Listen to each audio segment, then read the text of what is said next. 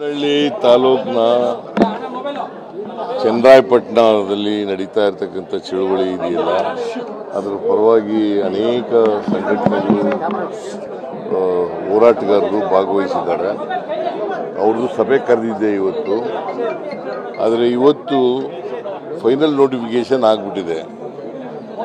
ಇದರಲ್ಲಿ preliminary notification final notification ಆಗಿಬಿಟ್ಟಿದೆ. So ಅದರಿಂದ ಸ್ವಲ್ಪ ಲೀಗಲ್ ಆಗಿ ಇಶ್ಯೂಸ್ಗಳಿದ್ದಾವೆ.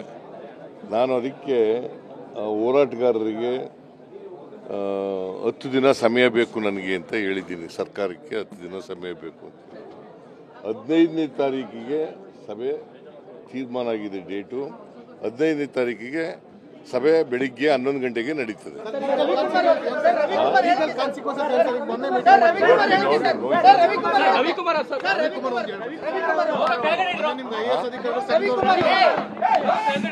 ಏನ್ ರವಿಕುಮಾರ್